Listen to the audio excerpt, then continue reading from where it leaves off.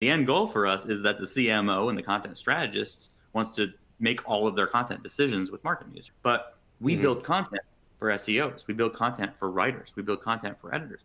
And making that case is sometimes hard for influencers. So what do you say to a team that's, I only need to build content for the CMO because they're the It's a tricky space to be in. The first piece of advice that I would give to them if we were at a cocktail hour is that if your content that you're building doesn't perform, you won't have a CMO to answer to soon enough. So be careful about that. But it was interesting. You spoke about how can we create content for those influencers or those champions that are within an organization that can influence the buying decision. They might not be on the purchasing team or that boardroom who decides to sign off on the PO, but they can definitely influence them.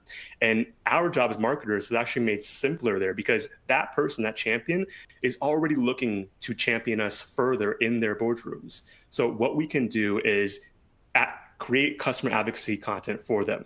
Thinking back to HubSpot's flywheel model, how can we turn them into promoters and get them to a stage of delight where they're happy to talk about this? So we know that they're already excited to talk about us to their team. Now our job is to give them the words and almost the scripts in the form of a content so that they can pass off to their team. So examples of this might look like small decks where you compare maybe your solution to a competing solution, or you talk about the actual use case. So in our example, so for RoadMonk, we have a bunch of customer stories that are on our website that talk about specific industries, champions in the industry, and the outcome that they achieve with RoadMonk. Of course, we have our list of FAB, our features, advantages, and benefits, but each company uses it in a specific way that might resonate with another prospect, but not so much with that prospect over there.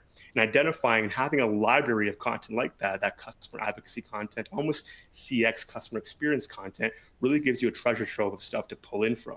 And now this again ties back into the 5 Ws of web design because we answer the who, the champion. What are they looking for? An easy way to make their team, who's maybe not as keen as them, sign on with our solution.